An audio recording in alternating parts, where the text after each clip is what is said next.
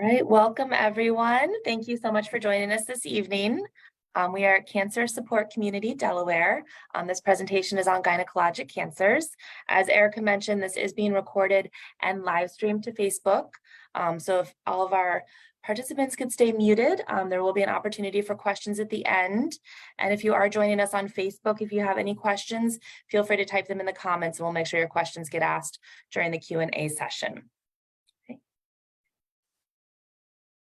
Oops, hitting it. There we are. Takes two And clicks. our esteemed speaker this evening is Dr. John Mansuetti. He is the Executive Medical Director of Oncology Services at Tidal Health Richard A. Henson Cancer Center, and the Medical Director of Tidal Health Radiation Oncology. Dr. John Mansuetti is board certified in radiation oncology by the American Board of Radiology and is currently serving as the Executive Medical Director for the Tidal Health Integrated Network Cancer Program. After graduating from the United States Naval Academy in the top 10% of his class, Dr. Mansuetti initially served as an F-14 Tomcat Navy fighter pilot, flying combat missions in the first Gulf War in Iraq, prior to receiving his medical degree from the Uniformed Services University of Health Services. He completed an internship at the National Naval Medical Center and attended United States Naval Flight Surgeon School in Pensacola, Florida.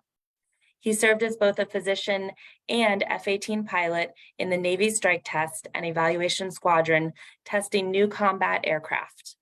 He completed a residency in radiation oncology through the National Capital Consortium, serving as chief resident. He was the clinical chief of radiation oncology at the National Naval Medical Center in Bethesda, Maryland, prior to his military retirement. He served 26 years of active duty within the United States Navy, retiring from active duty to join the medical staff at Tidal Health in 2012. Dr. Mansuetti is a member of the American Society for Radiation Oncology, American College of Radiation Oncology, American Brachytherapy Society, and American College of Radiology. And just real quick, he has no financial affiliations to disclose with Cancer Support Community. Okay. Our mission at Cancer Support Community is we are a relentless ally for anyone who is striving to manage the realities of this disruptive disease. No one can or should face cancer alone. While we have witnessed many advances in treating cancer, nothing takes the place of the power, inspiration, companionship, and connection that comes from community, because community is stronger than cancer. Okay. Cancer Support Community Delaware is the local network partner that we're a part of, and we have 4 locations throughout the state. You can follow us on all social medias at Cancer Support DE. Okay. Now it is my pleasure to introduce Dr. Mansuetti for the presentation on gynecologic cancers. Thank you, Katie. I think we made a pretty good team. I was hitting the slides just as I think you wanted them. So thank you very much. Welcome, everybody, tonight. Like Katie said, I'm Dr. John Mansuetti. I'm a radiation oncologist. I work at Tidal Health. I'm currently at my Ocean Pines office. Tidal Health is also, in Salisbury and Seaford. We have the 3 locations. And so we're going to talk about gynecologic cancers tonight, as you would expect. And the agenda is sort of outlined in 3 sections. Basically, me trying to increase your knowledge of the science and medicine part of gynecologic cancers. And then the second part was strengthening your action, or sort of teach you some ideas of when you go into that appointment, how to be armed with that first appointment with your physician. And last, some of the community support things that we have for you if you are diagnosed with cancer.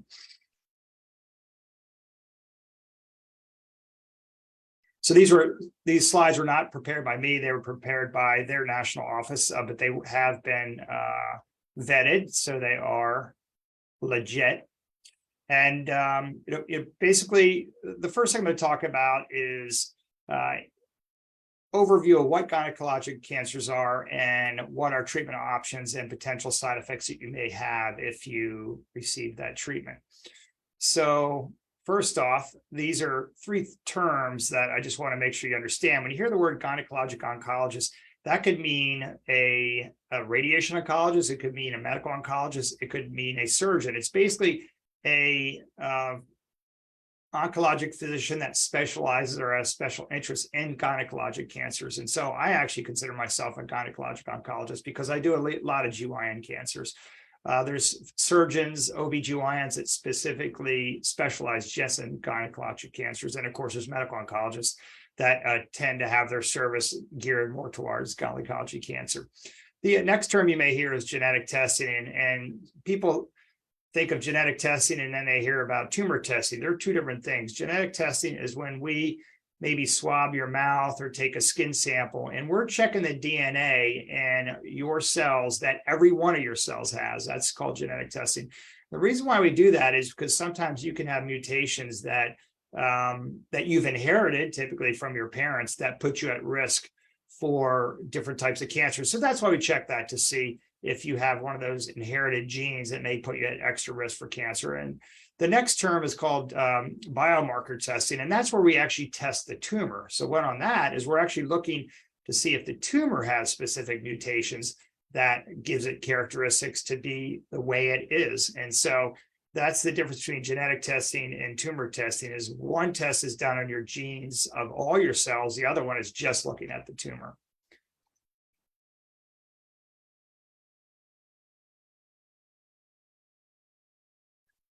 So gynecologic cancers are actually any cancer of the reproductive female organs. And so it could be ovary, fallopian tube, uterine, cervical, vaginal, or vulvar. And we have some slides actually that just literally show the anatomy.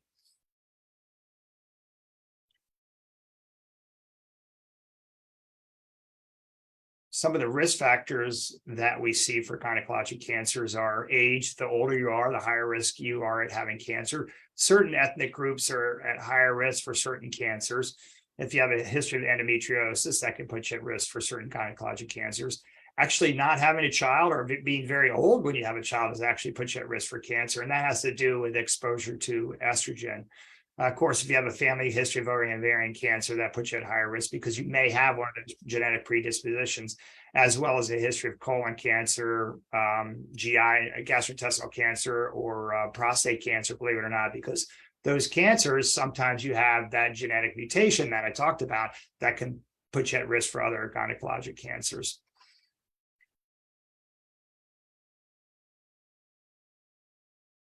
This slide is supposed to represent the ovary for ovarian cancer. So the ovaries is obviously where the eggs are stored in the female. And those, the ovary actually has sort of a coating on it. It's called the epithelium. And the epithelium is where most of the ovarian cancers occur, not so much within the ovary, but the covering over the outside.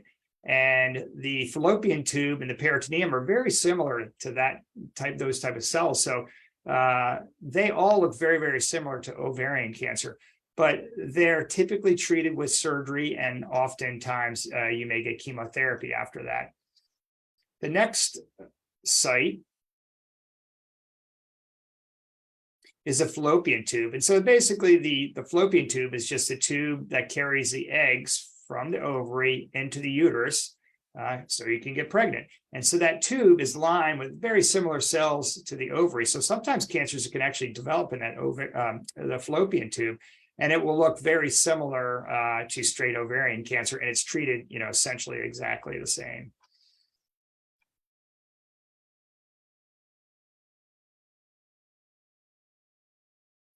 Next is cervical cancer. Now, the uterus is basically a big muscle, and that's where it's your womb. That's where the baby matures, and where the pregnant mother carries the baby is the uterus. The bottom of the uterus is actually called the cervix, and obviously, when you have a baby, the baby has to come through that cervix, so it has to expand significantly. Well, that cervix is an area that can be at risk. Oops, I think I clicked the slide forward one by accident. Let me go back again. I can't touch the wheel of my mouse, or it clicks to the next slide. One more. Okay, we're back to where I left off. That cervix is the bottom part of the cervix towards the vagina is actually covered with what we call squamous cells. That's the same cells that's on your skin. And what happens sometimes is those cells can be changed by an infection with the HPV virus or human papillomavirus, which is extremely common. And what happens is the DNA of that virus can get in those squamous cells on the cervix. And if they get in just the right part of the DNA, they can literally turn that cervical cell into a cancer cell. And so you may have heard of the HPV vaccine. That vaccine is trying to prevent infection from the HPV virus to try to prevent you ever getting, cervical cancer. And so the HPV vaccine is actually a cancer vaccine. That's what it's for. It's not really there to prevent sexually transmitted disease. It's really there to prevent the ability of developing cancer down the road from infection.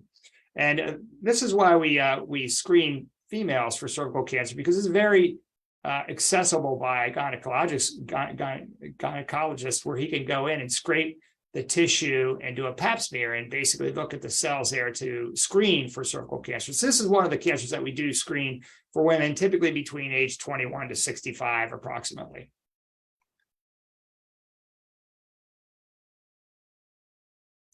Next is uterine cancer, and this is probably the most common cancer that I see. And the uterus, the cavity is lined with what's called endometrial cells. And then the body of the uterus, the thick part, is muscle. It's actually muscle. And so then when you have the woman's in labor, those muscles contract and, basically push the baby out. But the lining of that is the cells that typically we see turn into cancer. And the most common presentation for that is actually postmenopausal bleeding. That is the most common symptom that the patient has when they develop endometrial cancer. So any women that's postmenopausal and has postmenopausal vaginal bleeding, they immediately need to see their gynecologist, because the thing we need to screen for is endometrial cancer. Other than the bleeding, we usually do not see any other symptoms until it's very advanced disease. And so endometrial cancer, once again, is a cancer of the lining of the endometrium, not so much the muscle. You can get a cancer of the muscle, but it's much more rare, and that's a sarcoma, and that's actually a much more serious cancer too.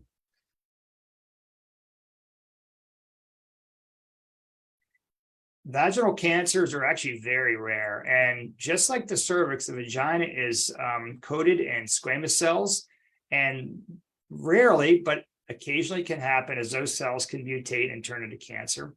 The other type is called adenocarcinoma, because there's glands in the vagina that produce mucin, which produces, the lubrication. And rarely those cells can also turn into cancer. So you can either have squamous cell or adenocarcinoma. By far, squamous cell is more common, but luckily vaginal cancers are very rare in general. And they also are tied into HPV infection. And the last one is vulvar cancer. So you have the labia majora and labia minora. They are covered in squamous cells. So once again, the most common type of vulvar cancer is a squamous cell cancer. These are not very common either, but we see our fair share. You can also have adenocarcinoma, much more rare, Paget, sarcoma, basal cell. Those are very, very rare. It's majority are squamous cell carcinoma. And typically they're caught early because the patient actually has a symptom and they can, see down in that area and seek medical care.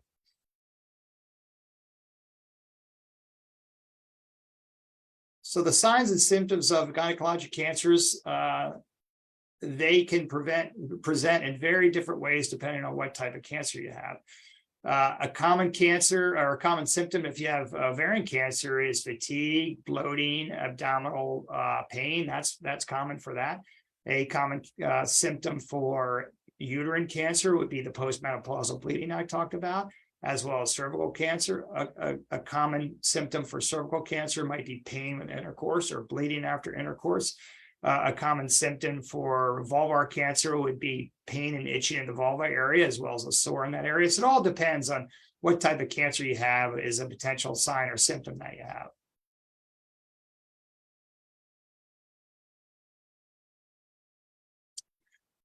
So with any cancer, you really have these different options. So in general, surgery is there to cut the tumor out, and most gynecologic cancers start with surgery. That's the initial treatment. Chemotherapy is often used in more advanced disease. I'm a radiation oncologist, so I use radiation in treatment for multiple of the gynecologic cancers. Targeted therapy is where we're down to the genetic level of the tumor, where we're able to give you drugs that target just that tumor cell and try not to target any other cells. So that's targeted therapy. Immunotherapy is a new kid on the block, and that's actually using drugs to boost your own immune system to attack their cancer. And we use that in all sorts of cancers now. The last thing is we always put on the slide is clinical trials, because we're always trying to improve. We're always trying to figure out the next thing. And the only way we're going to do that is with clinical trials. And so we have to have patients that are willing to enroll in clinical trials. And in general, clinical trials are comparing the standard of care of what we're doing today with some novel new treatment. And so I really try to encourage my patients to consider a clinical trial if we have one open for their cancer. So this next few slides is approaching of what you can do if you're diagnosed with cancer. How do you prepare for your appointment? Should you get a second opinion? Should you consider a clinical trial?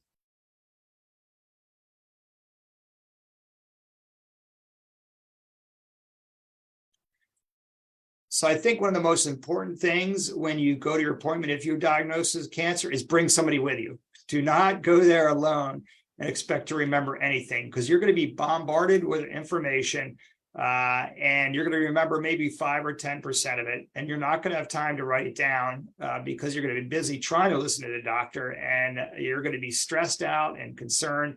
And so the most important thing I tell everybody, please bring somebody to that appointment if you can.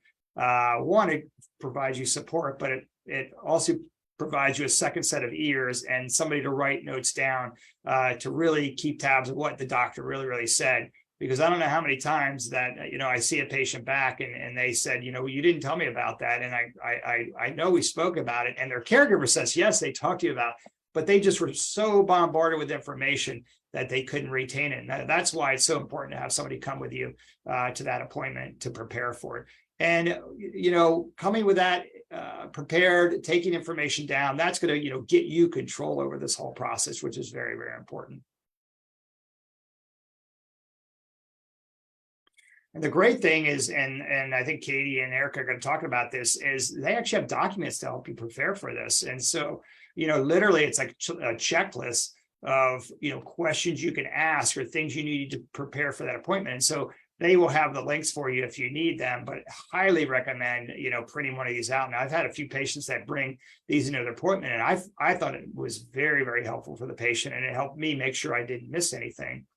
And the same thing, they basically have documents to sort of give you at least a reference of things to think about, of questions to ask your doctor. And once again, I think they're fantastic. And I kind of always know when a patient has looked at one of these, because they literally have 15 to 20 questions written down, ready to ask me. And I think that's fantastic, because to be honest with you, I probably answer 80% of the questions just in my consultation and my presentation to them.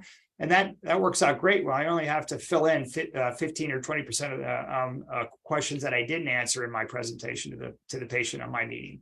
And those forms are fantastic checklists. And I think the other thing that's important is at your appointment with a physician is really let them know what you hope to get out of this appointment, what your concerns are, what your fears are, what your expectations are, what can you expect, what side effects you expect. And so I think it's important for me to know, as your practitioner, what are your goals? Is your goals to keep you comfortable, give you the best quality of life, but maybe not go all out and cure you because I know the toxicity is high? I need to know that. I need to know that from you, as your goal is to minimize toxicity, extend your life as long as possible, and keep the quality of life as high as possible. Those are things that you need to let your practitioner know, because that's a shared decision of how really you want to approach your treatment. And so, please be open with your physicians on what your expectations are. Second opinions. I am highly in favor of second opinions. So when a patient comes to me and I do their consultation, I give them my recommendations. And sometimes they'll bring up the subject of second opinion. And I am emphatically very, very positive on that. And the reason why is, one, I think it gives the patient and empowers the patient. It gives them more education. And two, if the other physician tells them exactly what I said, they feel more comfortable in me and feel very comfortable with their treatment plan. Now, if they go up there and they get a completely different recommendations, well, then the patient may need to go get a third opinion because that can throw a wrench. But that's usually not what happens. Usually the patient goes up, gets a second opinion. They say exactly what I said. The treatment plan is exactly the same. And then they're very, very comfortable coming to my center for treatment. And the reason why it's important is because a lot of patients want to go to University of Maryland, Johns Hopkins, University of Pennsylvania. You want to go to the best of the best. And I think that's great. But I think it really helps when the patient goes to those best of the best and they realize they're going to get this exact same thing in their own community cancer center. It gives them confidence, it decreases their stress level, and it allows them to get treated closer to home. But sometimes an academic center does have a clinical trial that I may not have open here, and I am all for them going and getting that clinical trial treatment at that center. Because oftentimes that's the best that we can do for the patient. So definitely always consider a second opinion. Even if you love your doctor and thought the plan was great, I always encourage it.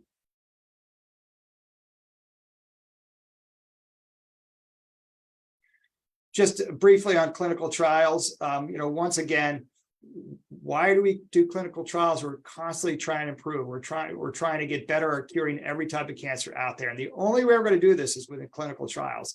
And usually most of them are geared to improving treatment, but sometimes the clinical trials are just there to hopefully get the same outcome, but decrease toxicity. That's a very reasonable clinical trial. And a third one we sometimes do, these are more just to gain more knowledge or experience of the patient's journey through cancer care. And those clinical trials are actually important too. And typically patients on clinical trials do better in general than patients that are not on clinical trials. It's been proven over and over again that patients on clinical trials in general tend to do better. And I think a big reason that is you got 20 people looking at you and looking at every little lab you have and every little nuance on your scans. Because you're on clinical trials, everything gets quadruple and checked to the 10th degree. And so if you ever are eligible clinical trial, I highly encourage you, consider it. Definitely, learn about it, but definitely consider it. And you will be doing your part to advance our, knowledge of medicine moving forward and may help future patients down the road.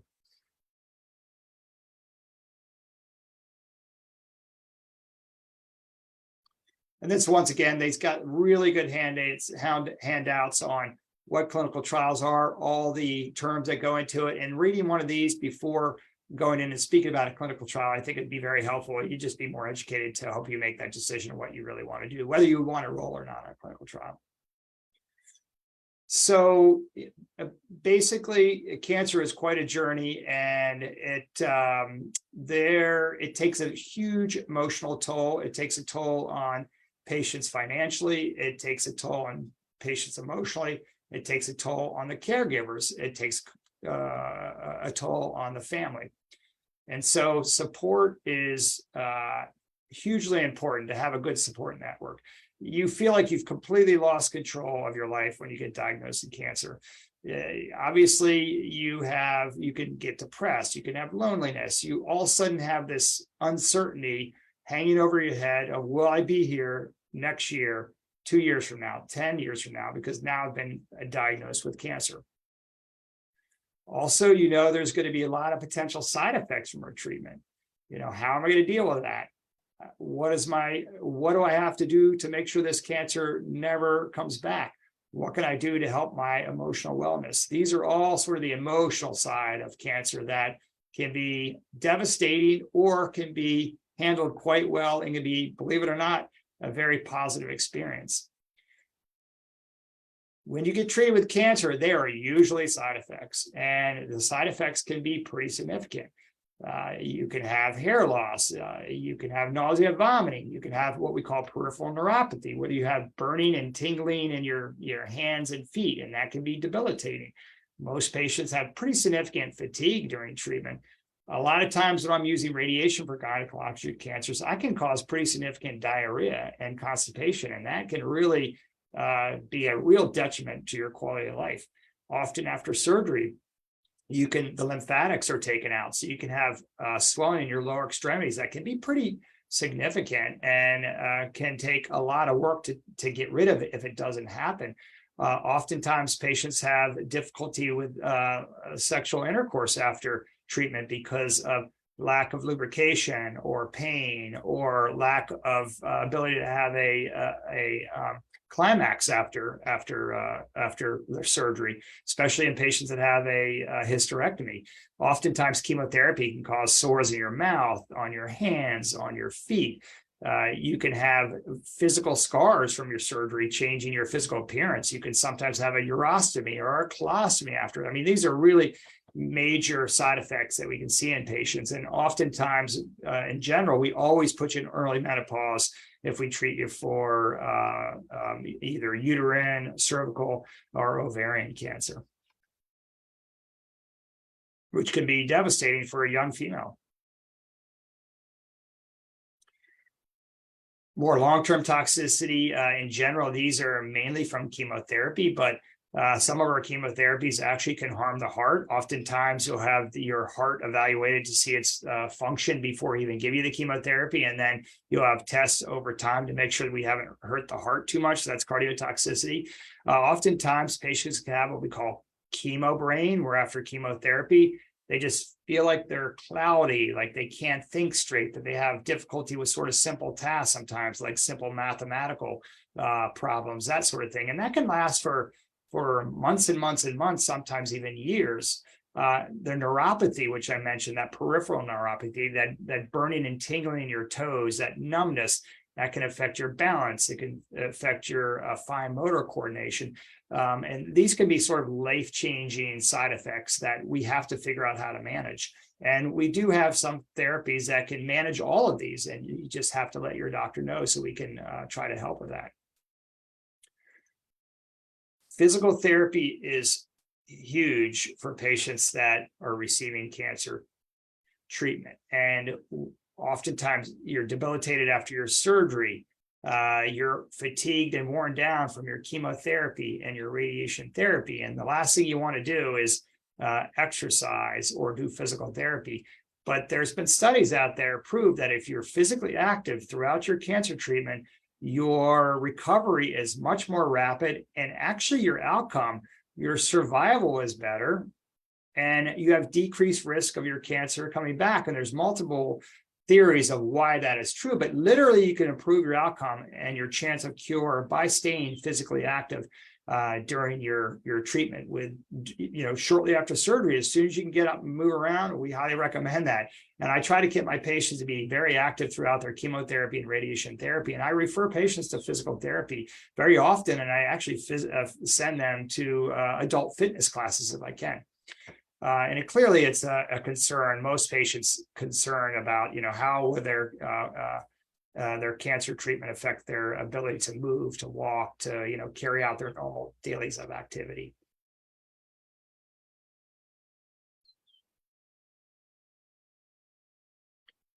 I often get asked by patients, is there anything I can do to improve my chance of, recovery? Do I need to eat certain foods? And the bottom line answer is yes. We've sort of learned over the last few years that your immune system plays a key part in this whole process of trying to cure you. And a good balanced diet that is, high in fresh fruits and vegetables, whole grains, low processed meat, low processed food, limited alcohol, maintaining a healthy body weight. Those are all things that we've proven improve the outcome of cancer patients. And so, I tell patients the number one diet out there that is proven to help both heart disease and cancer is the Mediterranean diet. And it's It's all those things I just told you, lots of fruits and vegetables, fresh fruits and vegetables, lots of whole grains, limited protein, limited red meats, seafoods, that sort of the things we kind of already know that's good for us. It's good for us. Olive oil. Olive oil is another great thing. All that good nutrition will help your immune system, help us try to cure your cancer. But also in general, it would tend to make you feel better and you'll be more active. And like I just told you, we've proven that exercising and staying active throughout your cancer treatment and journey actually improves your chance of a cure in the long run. I highly, recommend patients try to do strengthening exercises during the treatment because you tend to lose muscle mass, and when you do that, that affects your ability to stay active. It affects your balance, and the worst thing that happen is you have a fall because you're debilitated, your muscles are weak, and you break a bone right in the middle of cancer treatment. I've had that happen to patients. That's a disaster. So I really, really encourage patients to stay active. And in general, if you do that, your mood is going to be better. That depression, that anxiety that you've had will improve if you do this. Highly recommend it for patients.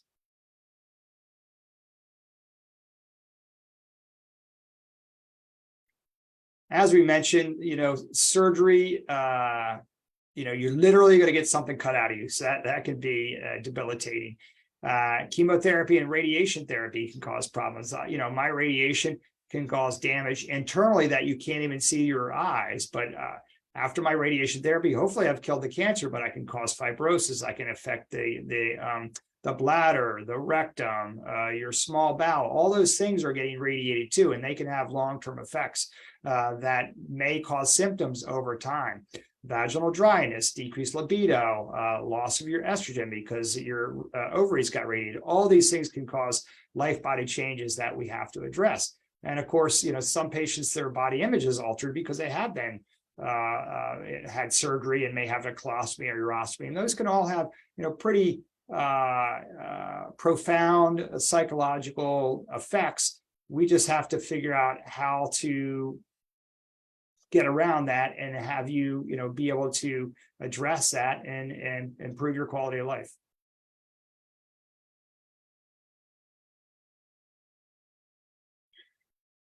In general, after any gynecologic treatment, it typically, can affect your ability to have, sex comfortably and intimately. And sometimes we have to refer patients for therapy. But in general, I'm very open about sexuality. If you would like to be sexually active, there's no reason generally after any of our treatments that you can't become sexually active again, but things may be different. And just because they're different doesn't mean they're not good. I really highly encourage patients to, talk openly with me or with their physicians. And I'm very open of providing different therapies to hopefully improve their ability to have intercourse again, if that's what their goal is. And usually we're quite successful in that. And I think most patients really appreciate that.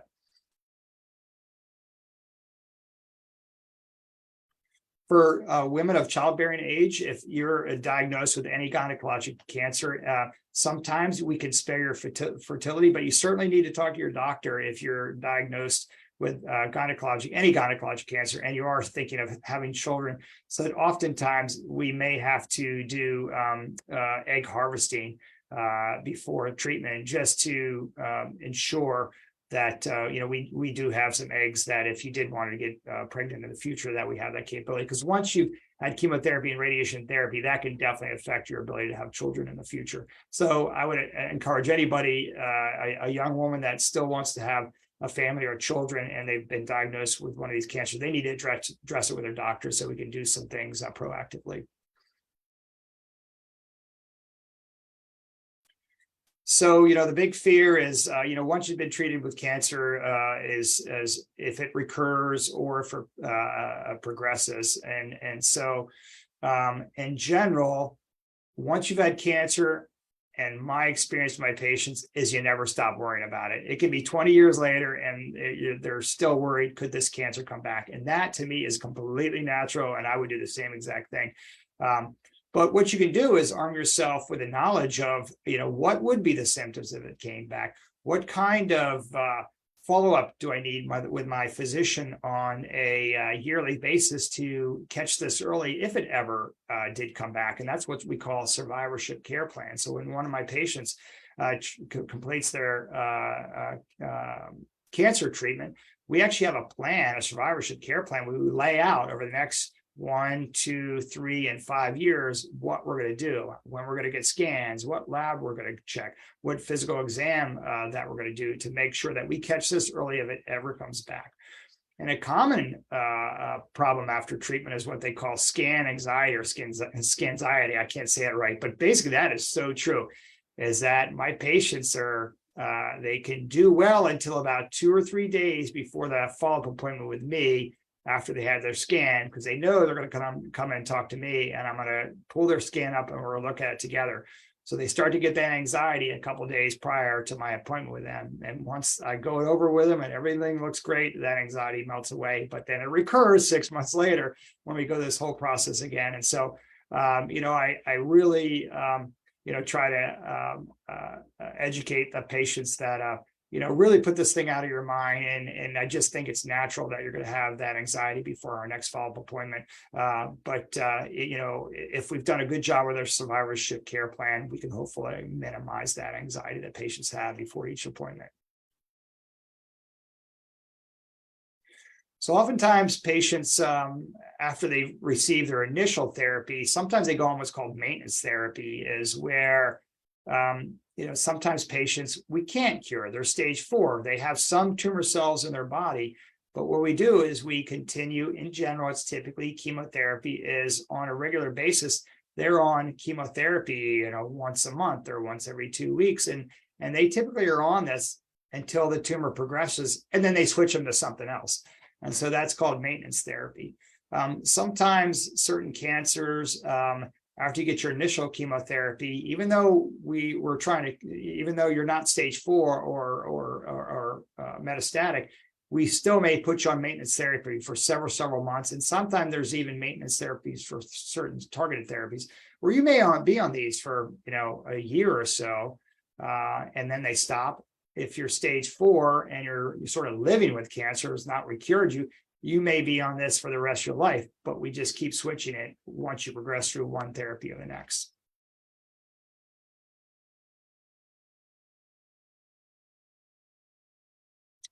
And so I briefly mentioned survivorship care plan. And basically, this is once you've completed your initial cancer treatment. In general, it's basically a summary of everything we've did to you as far as your care, and that's important for other doctors to see. It basically is a schedule of all the follow-up appointments and when they are going to occur, and also it outlines the additional screening tests that we will do, and that can be certain labs. It can be pap smears every 6 months for, say, cervical cancer. It can be a gynecologic exam by me every 6 months if you have a vulvar cancer. It can be a referral to specialists if for some reason we've interrupted your estrogen production after a treatment. We may have to see a gynecologist to get you on hormone therapy. So, basically the survivorship care plan is once you're done treatment, we just don't kick you out the door. We end up seeing you for years and years and years afterwards to make sure that we manage any side effects and also screen you to make sure we catch cancer early if it ever should come back. And in general, I follow my patients for 5 years, sometimes even longer, but at least for 5 years. And I'd say most cancer specialists do the same.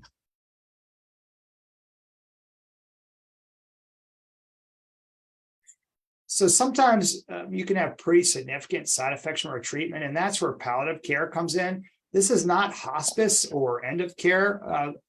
Hospice for patients that have decided they have cancer that's progressed. They're going to stop any further treatment, and then that's where hospice comes in. Hospice is there to make you comfortable for as much time as you left on this earth. That palliative care is different because people get it mixed up, palliative care and hospice. Palliative care is a group of experts that are healthcare workers, doctors, nurse practitioners, nurses, and their focus is to provide relief for any symptom that you have from your cancer or from our treatment. And it has been shown to significantly improve quality of life. And actually for patients that we can even get you right into it during your cancer treatment. We don't have to wait till the end. We can get you to palliative care while you're undergoing treatment. And they're sort of teammates with us to try to handle any side effects that you're having from your cancer or from our treatment. And in general, it definitely improves the patient's quality of life. So I try to get all my patients that I feel need it into palliative care.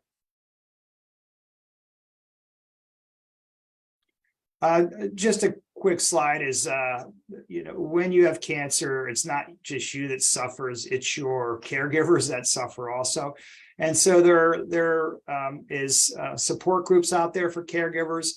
We have to make sure the caregiver take care of themselves too, because they can be, they're stressed out, they can be overworked. They have to take care of themselves. And luckily there are services out there, there are support groups out there. And we highly encourage any caregiver to reach out. And I know Katie and Erica have some information on that, to reach out for help if you need it.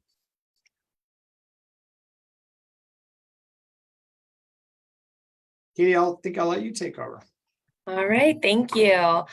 So as Dr. Mansuetti was saying, it's very important to get support. We have a lot of different support groups throughout the state, but we do have a support group that's professionally led specifically for people with gynecologic cancer. So here's a little information on that and our phone numbers to sign up for this. These phone numbers will come back at the end, so you don't have to rush to write them all down. And if you could Sorry. skip to the next one. No, that's okay. I like the clicker move. The National Cancer Support Community does have an 800 helpline. You can also call any of our local Delaware offices to connect and find out about any supports that are available.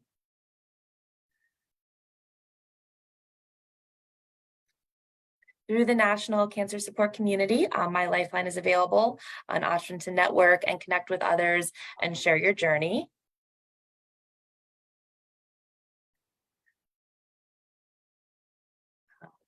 Our national also has a cancer experience registry. This is an online survey about your experience. It would take about a half hour. If anyone wants to participate, you can contact us or go to the website. You can save it in the middle if you want. But the importance of this is to collect some data nationally to help inform future programs and funding.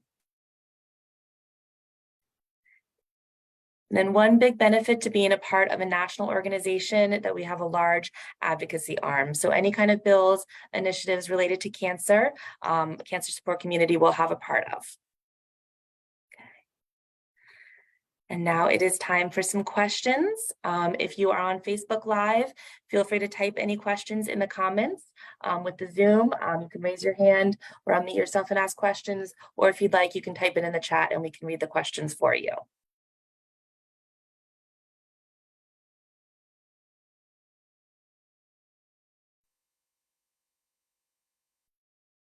And then just as a reminder, all of the handouts that were shown during the presentation, they're preparing for your visit, all of that will be emailed to you.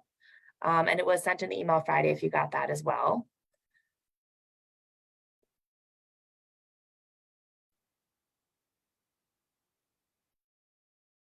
Any questions? All right, well, thank you all so much for joining us this evening. We really appreciate it. And Dr. Mansuetti, thank you so much for your time and expertise. Thank you very much.